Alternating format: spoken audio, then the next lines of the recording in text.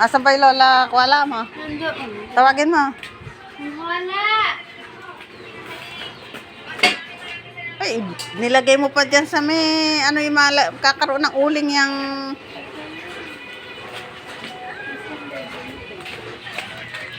Ere, oh.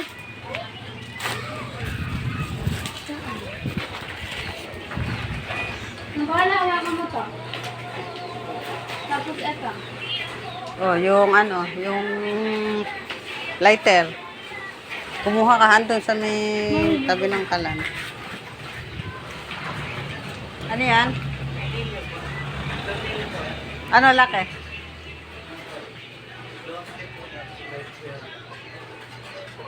Ala eh, hala kaming tres ang haba.